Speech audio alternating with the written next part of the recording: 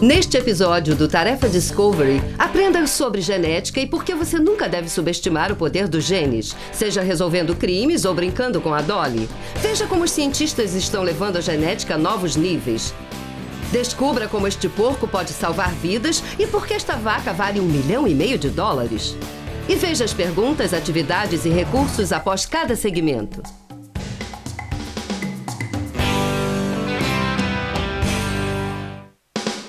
Considere isso antes de assistir Tudo sobre o Poder dos Genes, parte 1. O que você sabe sobre as aplicações da genética? O que você ouviu falar sobre a Dolly, a ovelha clonada? Veja como é feito um clone e como esse procedimento está sendo usado em outras áreas da engenharia genética. Preste atenção especial aos possíveis benefícios e reveses dessa nova tecnologia. O Tarefa Discovery apresenta agora Tudo sobre o Poder dos Genes, parte 1.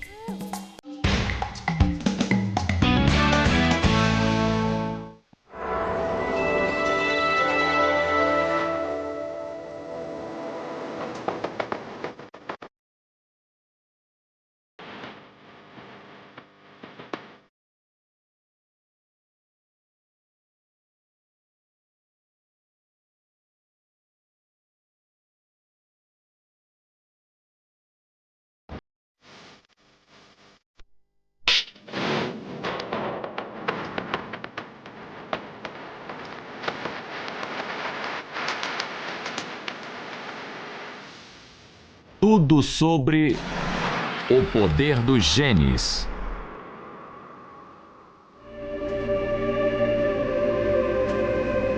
Pela primeira vez na história, temos o poder de intervir no projeto da vida. Novas descobertas da genética estão nos aproximando cada vez mais do que chamávamos de ficção científica.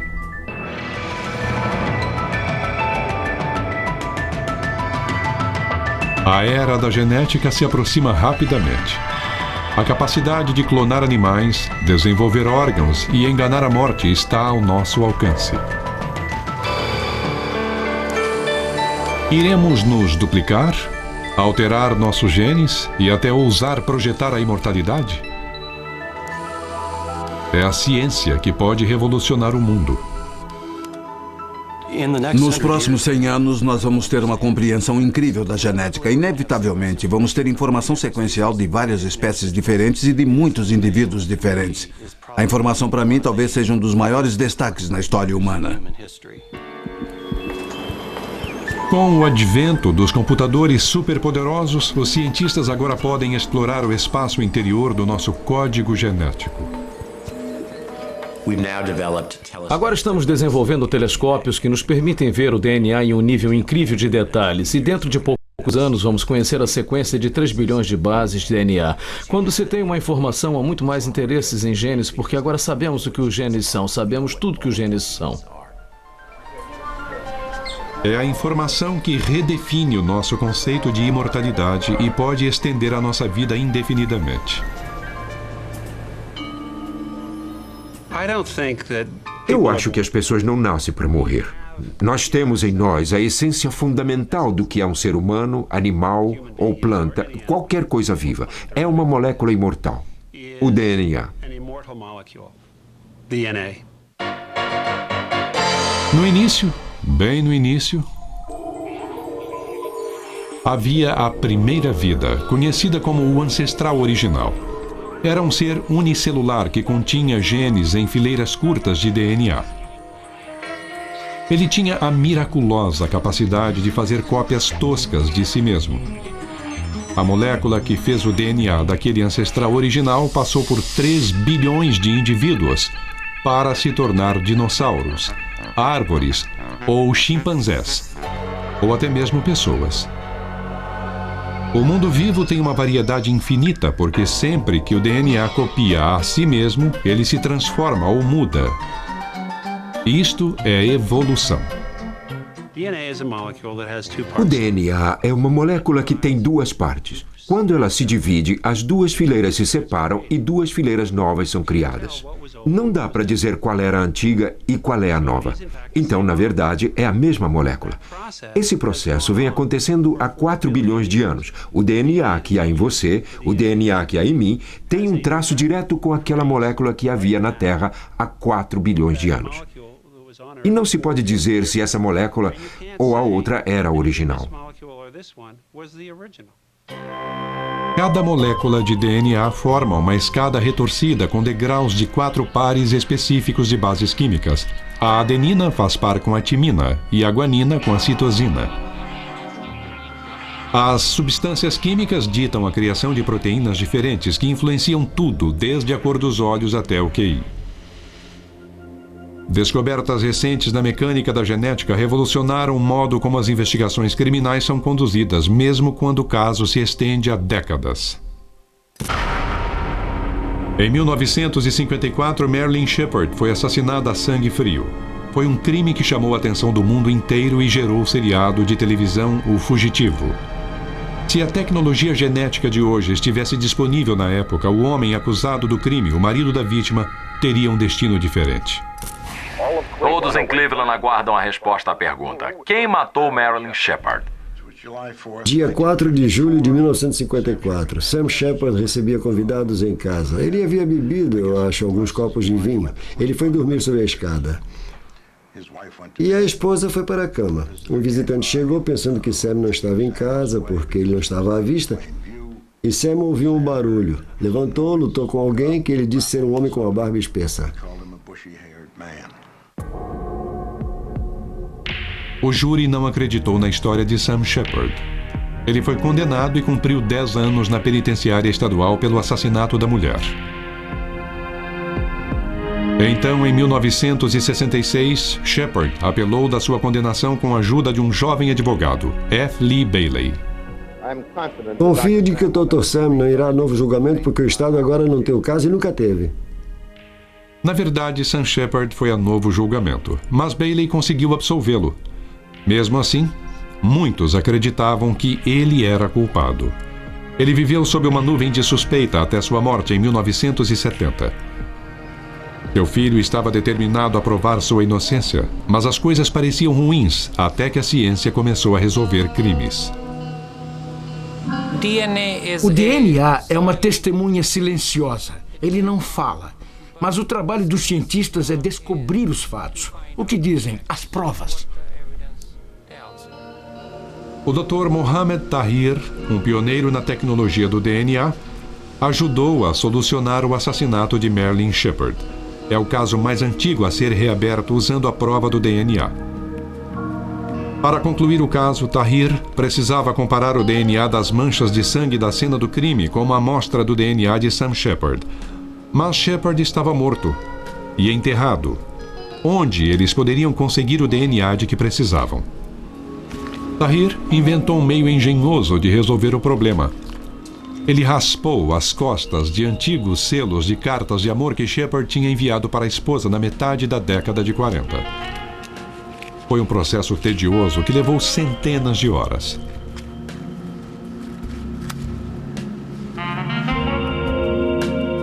Quando uma amostra de DNA é obtida, é analisada pela observação de um raio-x. As faixas pretas mostram os padrões das substâncias químicas que formam os degraus da escada de DNA. Este fragmento individual de DNA foi encontrado em um estupro.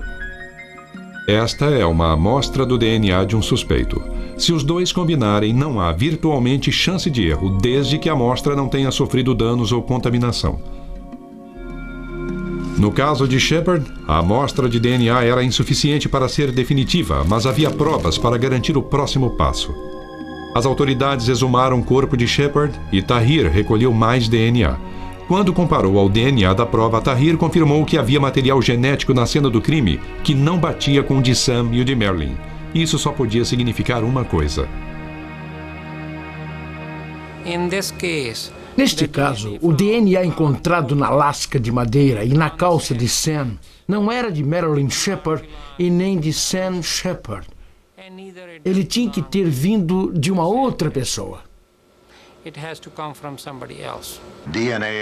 A prova de DNA manejada adequadamente, os exames conduzidos adequadamente são extremamente confiáveis. As chances são astronômicas de dizer se foi ou não essa pessoa. Então é um meio definitivo de excluir pessoas, e esse tem sido o seu principal benefício.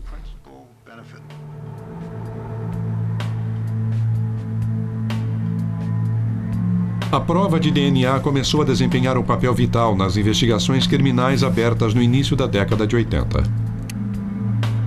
Agora é um procedimento policial padrão que, em todo crime violento, os itens da cena do crime sejam meticulosamente raspados para se obter restos de DNA. O FBI considera a prova de DNA seu instrumento mais poderoso e agora eles a estão usando de uma nova maneira.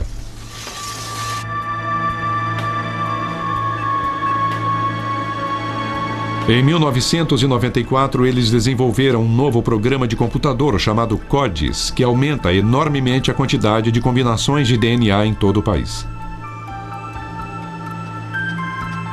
No passado, tipicamente, os laboratórios comparavam uma amostra conhecida com alguma coisa que tinham achado na cena do crime. Olhando em vários pontos daquela prova, eles diziam, a amostra conhecida bate ou não com a desconhecida. E podia ser uma bala ou uma caixa de filmes, uma impressão digital. O processo é o mesmo. O que o CODIS faz é acrescentar um extra. Você não precisa ter aquela amostra conhecida para resolver um crime com o CODIS. Você entra nele e procura a prova de DNA encontrada na cena do crime. E sem ter qualquer amostra conhecida, você pode procurar no banco de dados e ter uma lista de possíveis fornecedores daquela amostra. O CODIS levou à condenação de mais de 300 criminosos, incluindo estes. Achamos que um dia o CODIS será como as impressões digitais. Há muito mais o que fazer com o DNA do que usá-lo apenas como impressão digital. Mas para o propósito de fazer cumprir a lei, ele é usado apenas como uma impressão digital. A tecnologia, ao ficar mais barata, é mais difundida. Um dia, o FBI pode precisar apenas de um clique do mouse para pegar um ladrão. Os únicos agentes do FBI mais avançados tecnicamente são os de ficção. A ficção científica sem saber prediz o futuro com frequência. O Arquivo X não é exceção. O que me agrada em ser cientista, além de gostar de ficção científica, é que muito disso está virando realidade. Quando para de ser ficção científica e começa a ser ciência? Ninguém sabe até onde as descobertas genéticas de hoje nos levarão. Mas uma coisa já está clara: a realidade está alcançando a ficção. A clonagem era ficção científica e agora, de repente, há ovelhas clonadas, há vacas clonadas. Sabe, haverá vacas clonadas em nosso futuro. Elas já existem. E apenas olhando, é difícil distinguir uma vaca comum de um clone. Mas um meio de distingui-las é pela etiqueta de preço. Uma vaca leiteira comum custa $1.100. Mr. Jefferson, a mais nova criação da PPL terapêutica, vale $1,5 milhão. Se você voltar uns 3 ou 4 anos, não havia concorrência alguma. Mas, de repente, com a capacidade de clonagem a partir de células que podem ser facilmente desenvolvidas e células que podem ser modificadas geneticamente, foi aberto o campo para muitas aplicações diferentes, com um tremendo potencial comercial. Nós desenvolvemos essencialmente, no ano passado, uma técnica que pode ser a chave para o desenvolvimento de uma indústria de 10 ou 20 bilhões de dólares no futuro.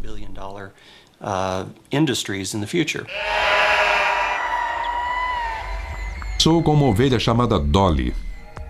Dolly foi o primeiro clone do mundo criado a partir de uma célula adulta de um animal vivo.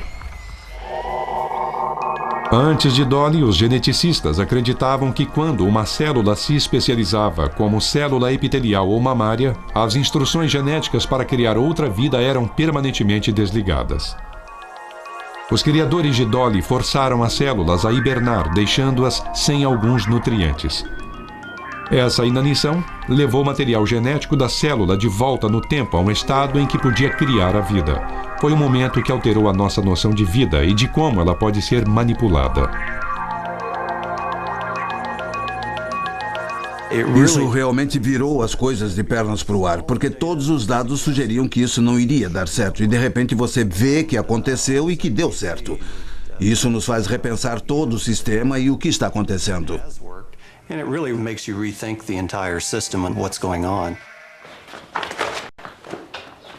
Então, como se faz um clone? Começa na obtenção de células fetais, células embrionárias ou mesmo da pele de animais adultos. As técnicas específicas de clonagem estão mudando rapidamente. Mas os resultados são os mesmos.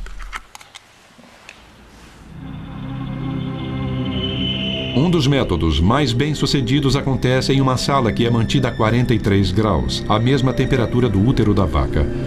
A criação real do clone acontece na placa de Petri, sob as poderosas lentes de um microscópio.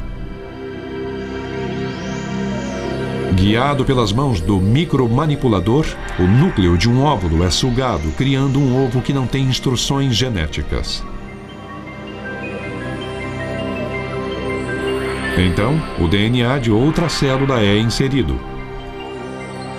Uma descarga de eletricidade é usada para incitar o material genético a criar vida. Mas para fazer isso no mundo, os clones precisam da ajuda de uma mãe substituta. Neste dispositivo está um embrião transgênico que fizemos no laboratório semana passada e também foi projetado um maço plástico para seguir com esta unidade.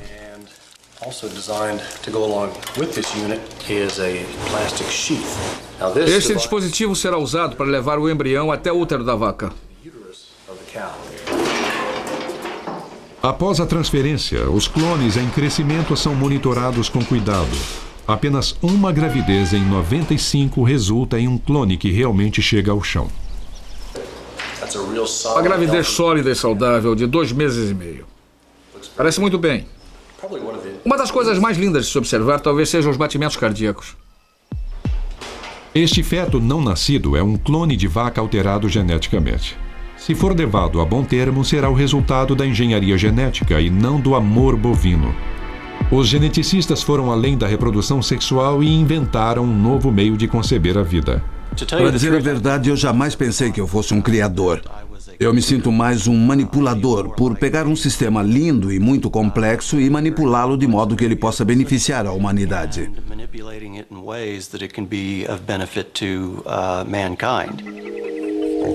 Os cientistas podem não se sentir poderosos em seu trabalho, mas tecnicamente eles estão criando algumas novas formas de vida. O DNA de uma espécie agora pode ser aplicado a uma outra, formando animais alterados geneticamente chamados transgênicos. Esta é a derrubada de barreiras que toda a área de clonagem estava esperando para comercializar o esforço. E porque podemos fazer grandes quantidades de seres idênticos, mas podemos também fazer modificações genéticas. Todas essas cabeças de gado são fábricas vivas de drogas. Os geneticistas estão experimentando a adição de um gene humano ao DNA de uma vaca. O resultado é uma vaca sob encomenda, com remédios no leite. A vaca dará leite com proteínas humanas, as mesmas proteínas humanas que são usadas para criar alguns remédios raros e que salvam vidas para as vítimas de queimaduras e pacientes de fibrose cística e hemofilia. A vaca projetada pode tornar mais disponíveis esses remédios, muito caros e difíceis de encontrar. Ela também pode criar um negócio de $1 bilhão, um proverbial fluxo de dinheiro bovino. E não é só isso o que eles podem fazer com o leite da vaca humanizado. Esta é Rosie. Ela é o primeiro passo para a produção de leite humano para bebês que vem de vacas e não da mãe. A Rosie é uma vaca muito especial. Ela tem cerca de 20 meses de idade e é a primeira vaca que está produzindo uma proteína humana em seu leite. Ela é transgênica para a alfa-lactalbumina humana, que é uma proteína do leite que normalmente não está presente na vaca. E é o primeiro passo em direção à humanização do leite de vaca. Finalmente, você poderá eliminar todas as proteínas do leite da vaca e substituí-las por proteínas do leite humano, ordenhar uma vaca e tirar leite humano. E se eles conseguirem fazer apenas uma dessas vacas, poderão fazer milhões através da clonagem.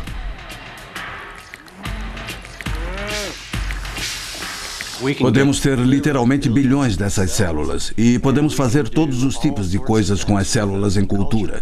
E você olha as placas de Petri cheias de centenas de milhões de células e pensa, puxa, é um grande rebanho de gado, porque podemos teoricamente transformar cada uma delas em uma vaca. O potencial médico é incrível. A cada ano, mais de 55 mil pessoas aguardam na fila para um transplante de órgão que pode salvar suas vidas. Os porcos transgênicos podem ser os doadores de órgãos de amanhã. Este porco está sendo implantado com embriões modificados geneticamente. Seus criadores esperam que eles desenvolvam corações que podem ser compatíveis com o corpo humano. Mas antes de um transplante acontecer, há muitos obstáculos a superar. E o menor deles é o perigo de introduzir vírus estranhos à raça humana. Sempre que mexemos com o projeto da natureza, há consequências desconhecidas. Neil First, conhecido por alguns como o pai da clonagem, vem lidando com controvérsias genéticas desde que clonou o primeiro mamífero de uma célula embrionária há 10 anos. As linhas éticas foram desenhadas para cada pessoa de um modo um pouco diferente. Coletivamente, não queremos ignorar leis ou permitir situações em que as pessoas tenham permissão para fazer as coisas de um modo vacilante ou sem a abordagem da compaixão. Mas se um indivíduo precisa de alguma coisa, como somos uma sociedade com muita compaixão, fazemos isso rapidamente e dizemos que gostaríamos de ajudá-lo. Neste laboratório da Universidade de Wisconsin, ele está levando os limites da clonagem ainda mais longe. Usando pedacinhos de uma imensa gama de animais diferentes, sua equipe reprogramou óvulos de vaca para criar os embriões de outros animais. Isso se chama clonagem entre espécies. Então, se a célula doadora é de um porco ou de um primata, o que vai sair dali é um porco ou um primata. Não vai ser meio porco, meia vaca, como algumas pessoas, eu acho, estão pensando. Você sabe que vai ser um porco completo ou um primata completo.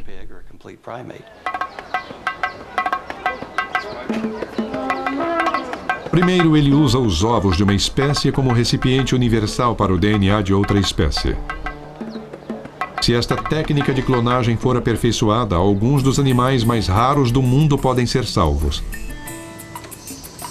Restam cerca de 1000 pandas gigantes no mundo. Os esforços para criá-los em cativeiro tiveram um sucesso limitado. Ô menino, isso.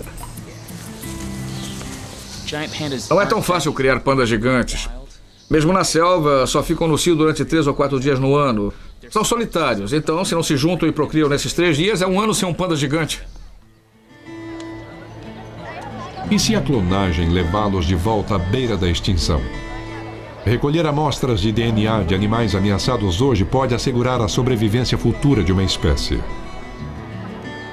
Eu acho que devemos absoluta e inquestionavelmente tirar amostras de células de qualquer espécie que possa estar em perigo de ser extinta, porque é muito fácil fazer cultura de células, e agora nós sabemos que isso é capaz de originar um novo indivíduo completo. E isso já está acontecendo. Os cientistas na China recolheram DNA de um panda com planos de criar o primeiro clone de panda do mundo. Mas uma coisa ainda mais assustadora pode estar surgindo. Alguns cientistas acreditam que possam clonar até a partir de DNA antigo. Eles ainda não estão criando um parque dos dinossauros verdadeiro, mas estão chegando perto. O meu interesse pessoal é mais tentar ressuscitar espécies extintas em vez das ameaçadas. Eu acho isso muito interessante e quando falo com as pessoas sobre isso, digo que é mais um hobby do que uma coisa realista.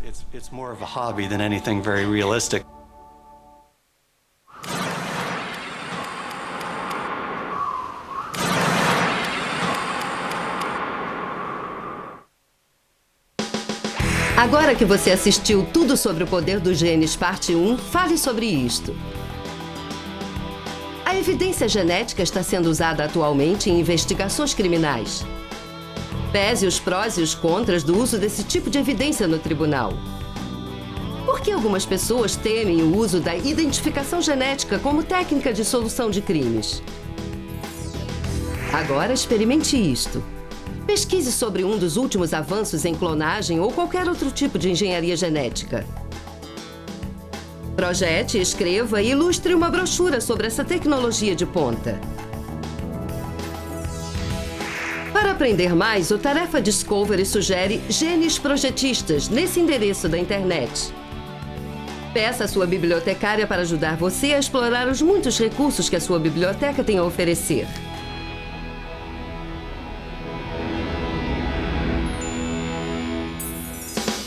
Considere isto antes de assistir Tudo sobre o Poder dos Genes, parte 2. O que você sabe sobre gêmeos idênticos? Por que eles são tão importantes no estudo do comportamento humano? Quando assistir ao documentário, preste atenção à importância do meio ambiente e da genética na determinação da personalidade. Qual dos dois você acha que desempenha o maior papel? O Tarefa Discovery apresenta agora Tudo sobre o Poder dos Genes, parte 2.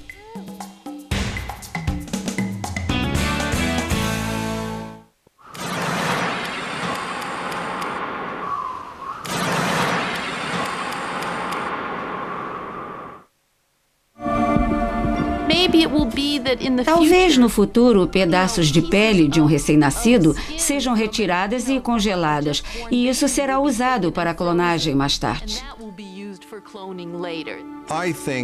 Eu acho que se uma tecnologia é desenvolvida e está disponível, ela será usada. Então, não será surpresa alguma para mim se alguém clonar um ser humano. É um tema quente e polêmico. Mas isso já foi feito?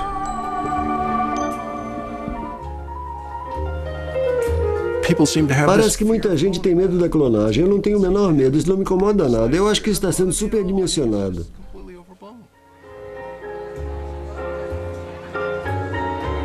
Os gêmeos são os clones que andam entre nós. Gêmeos idênticos têm um DNA idêntico. Mas fazer uma cópia exata de um ser humano não é só uma questão de genética. Nós somos complexos demais para isso.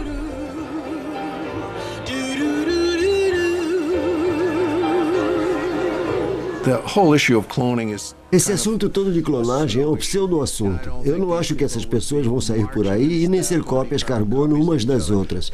Há claramente algumas influências pré-natais muito importantes. Influências no nascimento e experiências singulares que cada indivíduo tem enquanto está crescendo.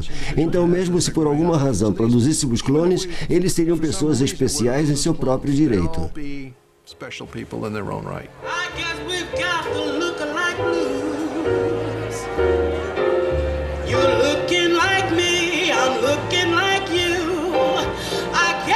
Os clones da natureza são raros. Apenas 4 em 1000 nascimentos resultam em gêmeos idênticos. Há mais de 20 anos, essas anomalias da natureza chamaram a atenção do psicólogo Thomas Bouchard. Isso me atrai. É mesmo incrível. Por exemplo, essas senhoras de 94 anos de idade, olha só, 94 anos, elas têm as rugas nos mesmos lugares, quer dizer, é espantoso.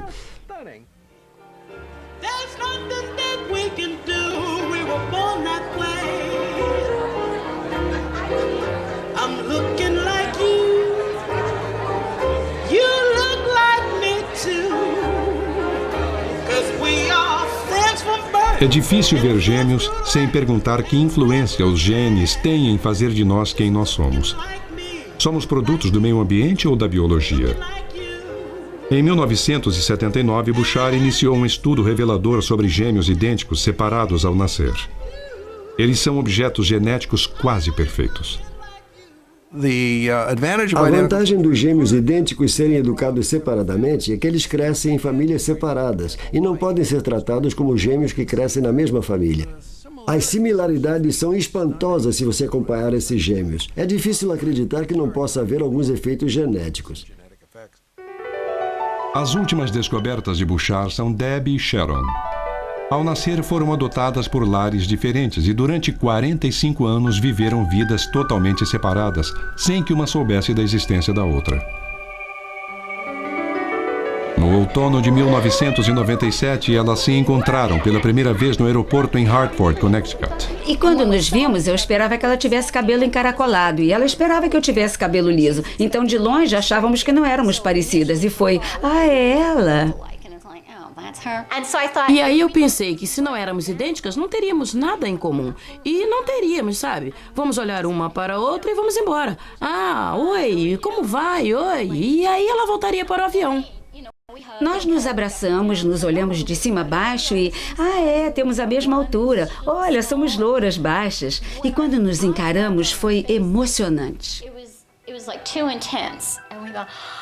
E dissemos, ai meu Deus, éramos iguais, era o mesmo rosto. Claro, Sharon e Debbie têm a mesma aparência. Mas o que é estranho é a similaridade de seus maneirismos e preferências, já que cresceram em mundos totalmente diferentes.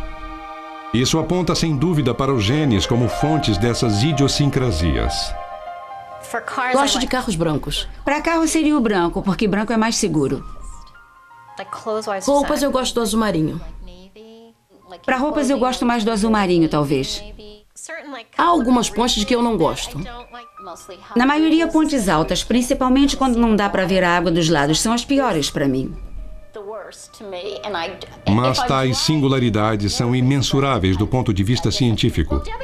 Bouchard foi capaz de testar muitos outros traços e descobriu que os gêmeos ouvidos separadamente mostram cerca de 50% de similaridades em testes de QI e de personalidade. Os genes não apenas moldam o comportamento, eles modelam o comportamento em ambientes. Os indivíduos precisam ser expostos aos ambientes, eles precisam aprender, eles têm que desenvolver preferências. Então, as antigas ideias de que, de algum modo, outros genes estabelecem coisas como a cor dos olhos ou do cabelo, simplesmente não se aplicam ao comportamento. O que os genes devem fazer é adquirir o nosso aprendizado, as nossas preferências. E aí nós expressamos essas preferências e podemos aprender coisas. E gêmeos idênticos, ouvidos separados ou ouvidos juntos, por terem tendências similares, são inclinados a captar traços e características similares e a fazer coisas similares. Então não está determinado, não há um modo determinante todo mecânico, não mesmo. A exposição ao ambiente e ao aprendizado é absolutamente necessária. As pessoas acham, os gêmeos idênticos são cópias carbono um do outro. Nem tanto. Os gêmeos, como todos nós, são produtos da natureza e da educação. Mas sem um mapa químico completo da nossa composição genética, as razões para o comportamento humano ainda são assunto de especulação. Na verdade, não há um único gene para qualquer uma dessas coisas. Se fosse assim, acho que seria um problema fácil de resolver e de descobrir que gene era. Há tão pouco conhecimento sobre como os genes influenciam especificamente o comportamento que estamos num ponto onde talvez alguém possa fazer algumas descobertas fundamentais. E as coisas podem ser diferentes do que achamos.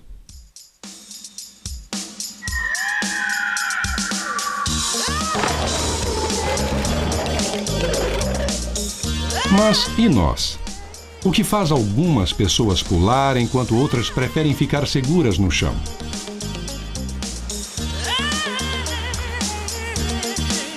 Alguns cientistas acreditam que tais traços do caráter estão nos genes que herdamos.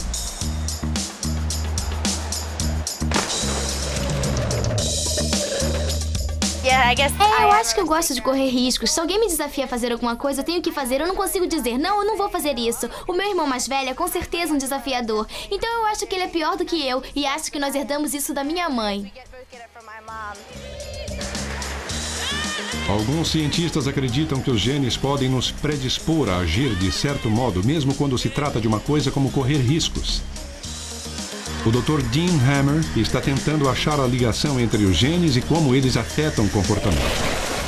O que os genes fazem é codificar as proteínas, e as proteínas controlam as reações químicas dentro do cérebro. Então não há um gene que diga salte de bungee jumping, ou mergulhe lá do alto, ou fume um cigarro. Os genes alteram a nossa química cerebral de maneiras muito sutis. Para pesquisar o que Hammer chama de gene que busca a novidade, ele compara o comportamento de irmãos e de seu DNA. Nós somos a família O'Neill. E eu sou o Tommy, este é o Johnny, este é o Paul e este é o Joey. Suponha que temos 2 irmãos numa piscina. Se um dos irmãos resolve pular do alto e mergulhar na água, talvez fazendo uma acrobacia no ar, ele talvez tenha o gene que busca a novidade. Isso faz seu cérebro responder à dopamina. E é liberada quando você tem uma experiência nova de modo positivo, e ele sente prazer nisso. Se o outro irmão resolve não mergulhar e desce pela escada, ele talvez não tenha o gene que busca a novidade. Mas pode ter o gene da ansiedade. Esse gene controla sua serotonina. E quando ele tem essa experiência, recebe um pouco da serotonina que faz seu cérebro se sentir muito mal. Fica ansioso e preocupado. E então é menos provável que ele mergulhe. Então, apenas olhando esses 2 genes, podemos dizer se a pessoa vai ficar excitada ou não com uma nova atividade, como mergulhar, ou se essa mesma atividade a faz se sentir ansiosa. E porque seus genes são um pouco diferentes, isso também faz a química do cérebro um pouco diferente.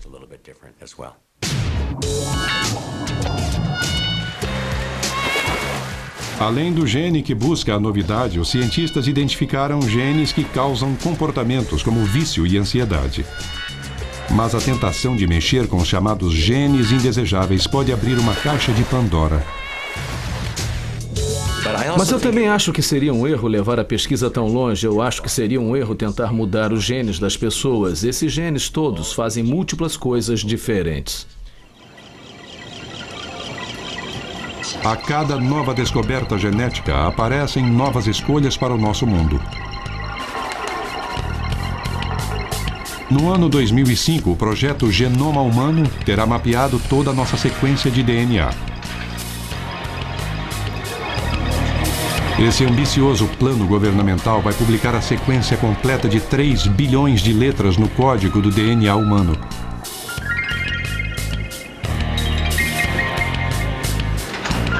Enquanto o projeto Genoma Humano corre para o seu término, mais e mais genes são descobertos diariamente. Quase 1000 genes causadores de doenças já foram mapeados. De um ponto de vista prático, isso tem um uso limitado, porque quando você tem a informação, não sabe como usá-la. Você não sabe como ela muda em situações normais e anormais. É como dizer, ok, agora eu tenho uma biblioteca, é melhor começar a ler, ok? Mas é melhor ter a biblioteca primeiro. Há uma segunda parte do projeto Genoma Humano que define seres humanos e sistemas vivos em termos de diferenças herdadas. O que faz a diferença entre você e eu? O que faz a diferença entre alguém que tem anemia celular e alguém que não tem? O que faz a diferença entre alguém que tem uma alta probabilidade de ter câncer de ovário ou de próstata e alguém que não tem? Acredita-se que há cerca de 4.000 doenças que são herdadas diretamente e incontáveis outras nas quais os genes têm um papel indireto. Margaret Baker sofre da doença genética alopecia areata, uma condição que afeta 2,5 milhões de pessoas nos Estados Unidos. Comigo começou bem atrás da cabeça, perto do topo, bem pequenininho, e se espalhou gradualmente, e o cabelo cai em pencas. E essa talvez seja a parte mais traumática. Hoje ela mora e trabalha na cidade de Nova York como modelo. Livre do passado, ela celebra a seu modo a sua diferença genética. As pessoas procuram a vida toda por uma singularidade dentro ou fora, e aos 18 anos eu percebi, nossa, eu tenho isso, e escondi a vida toda. Não acredito. Mal posso esperar para sair e mostrar ao mundo. Parece demagogia, mas eu sinto como uma bênção. Foi prazer em conhecê-la. Obrigada por ter vindo. Angela Cristiano é uma geneticista que também sofre da mesma doença em seu estágio mais suave. Ela é o que se chama entre os cientistas de caçadora de genes. Que idade tem seu pai? Hoje ela está investigando o histórico da família de Margaret e recolhendo o DNA dela. A amostra de Margaret vai ser comparada com outras amostras de DNA que Angela obteve em todo o mundo. A primeira descoberta de Angela veio quando ela seguia uma forma rara da doença até vilarejos paquistaneses isolados. Com a ajuda dos médicos locais, ela conseguiu reunir amostras de DNA. Mas para identificar e mapear o gene, ela precisou compará-lo com uma estrutura conhecida de DNA. Eu estava numa reunião há um ano e alguém dava uma palestra sobre ratos sem pelos e mostrou uma foto de um rato bebê quando estava perdendo os pelos. Então ainda tinha alguns pelos, mas tinha perdido alguns. E me ocorreu que havia alguma semelhança com as pessoas do vilarejo do Paquistão. Quando Angela comparou a estrutura do gene do rato ao DNA dos paquistaneses, descobriu o primeiro gene ligado à queda de cabelo. É possível que um dia todos os tipos de calvície possam ser curados por tratamentos genéticos. Mas algumas pessoas perguntam se esses remédios não são uma medida drástica demais para propósitos cosméticos. O ceticismo público se traduziu em falta de fundos para a pesquisa. Eu pessoalmente não vejo nada de errado em atacar os mesmos problemas que examinamos há anos só usando armas genéticas em vez de cosméticas. A razão de tratar rugas e envelhecimento com produtos químicos, injeções e plásticas é uma abordagem diferente do mesmo assunto. Mas agora estamos indo na raiz do problema. Então, por que as pessoas hesitam em aplicar terapias genéticas para as mesmas coisas em que estamos trabalhando há anos, eu não consigo entender.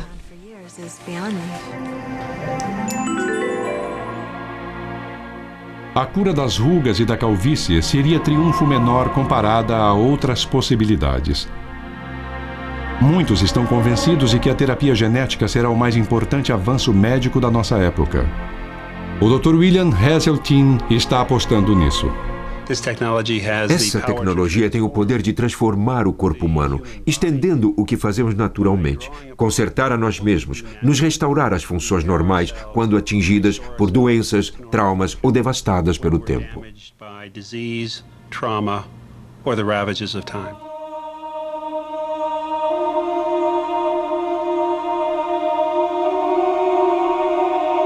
As empresas biotécnicas como a Ciência Genoma Humano planeja anunciar drogas baseadas em genes para o próximo milênio.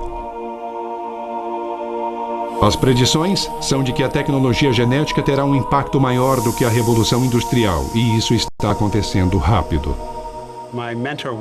O meu mentor, Wally Gilbert, elaborou a primeira reação sequencial de DNA. E trabalhando com ele e alguns de seus alunos, eu fiz a sequência do primeiro pedaço de DNA desconhecido, ok? E foi um pedaço muito pequeno, tinha umas 150 unidades de comprimento. E se me recordo bem, nós levamos uns 3 meses para ter aquelas 150 letras e ficamos orgulhosos de nós. Isso foi, eu acho, em 1977. Hoje nós temos 30 mil daquelas reações, que são 3 ou 4 vezes mais compridas. Então, é uma aceleração de quase 1 milhão de dobras em velocidade.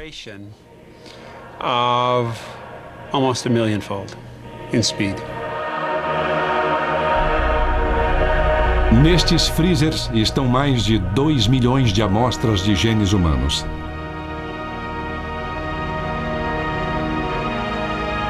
Cada vez que a HGS isola um gene específico e descobre um uso médico para ele, a empresa requer a patente.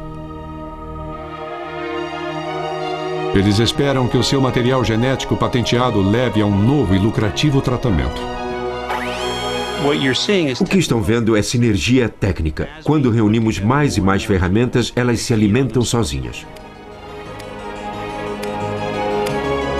É uma corrida do ouro científica com pretensões genéticas sendo apostadas. Até agora, a HGS registrou patentes de mais de 2.000 genes. Todos eles contêm a promessa de novas curas.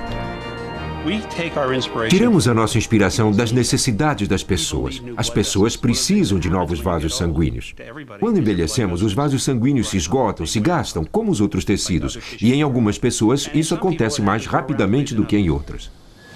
43 mil pessoas sofrem e morrem de doenças vasculares todo ano. Uma das últimas descobertas da HGS é um gene chamado VEGF2, que ajuda o corpo a desenvolver o seu próprio desvio. Nem toda terapia genética envolve uma permanente alteração genética. Algumas drogas baseadas em genes ficam ativas só por algumas semanas, o suficiente para que o tratamento dê resultado. O conceito é usar genes para regenerar tecidos. É um conceito novo. 3 ou 4 anos atrás, se você pensasse em como usar os genes, diria, bom, vamos usar genes para substituir genes que nascem defeituosos. Não vamos usar genes para suplementar o que as pessoas normais fazem. É um novo conceito. Descobrimos esse gene há 2 ou 3 anos e demonstramos que ele tem potencial para regenerar novos vasos sanguíneos. E agora será testado. A HGS trabalhou em conjunto com o Dr. Jeffrey Isner no Centro Médico St. Elizabeth, em Boston. Isner desenvolveu a nova terapia genética revolucionária que está sendo usada hoje no paciente John Scanlon. 90% de suas artérias estão bloqueados. Este procedimento experimental é a sua última chance. Eu tenho angina constantemente. Eu uso o adesivo nitro 24 horas por dia. Eu fiquei 1 ano no oxigênio, ou um pouco mais de 1 ano agora. Alguma coisa tem que ser feita, e isto parece ser a resposta, espero. O cirurgião injeta os genes diretamente no músculo do coração, exatamente no local onde as artérias estão entupidas. Os genes codificam a proteína VEGF, ou fator de crescimento vascular endotelial, que ajuda a gerar novos vasos sanguíneos. A injeção.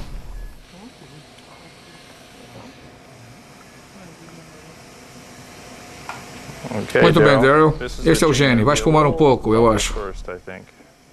Em 8 semanas, os médicos esperam que o coração do paciente Scanlon comece a desenvolver seus próprios vasos sanguíneos. Com o progresso de hoje, uma coisa dessas é inacreditável. Só Deus sabe onde vamos parar. Eles começam com uma cirurgia no coração aberto, os desvios, essas coisas, e hoje eles têm a terapia genética. Se alguém me dissesse isso 6 meses antes de eu ler, eu diria, eu não acredito em nada disso. 8 semanas depois, 2 novos vasos sanguíneos apareceram e a angina de Scanlon diminuiu. Se essa terapia genética der certo, pode se tornar tratamento seguro em vez de último recurso. Muitos acreditam que a cura para algumas das nossas piores doenças está em reparar e tratar dos nossos genes. A nossa morte está em nossos genes. Pelo modo como eu vejo, a nossa vida está em nossos genes.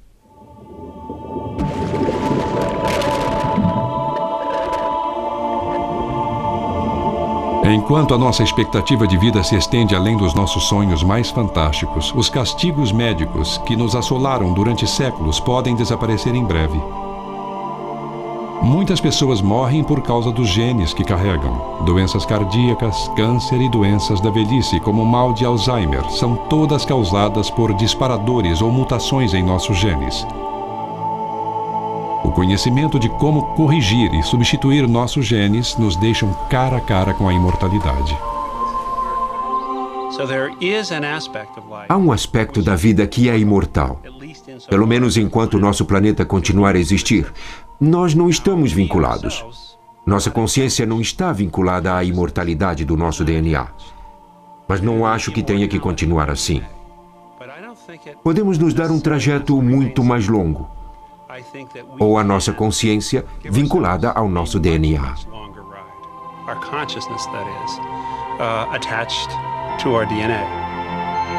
Os mortais sempre procuraram o segredo da eternidade. Será que a resposta esteve dentro de nós todo esse tempo? Os genes são a nossa fonte da juventude. É lá que iremos encontrar a imortalidade um dia.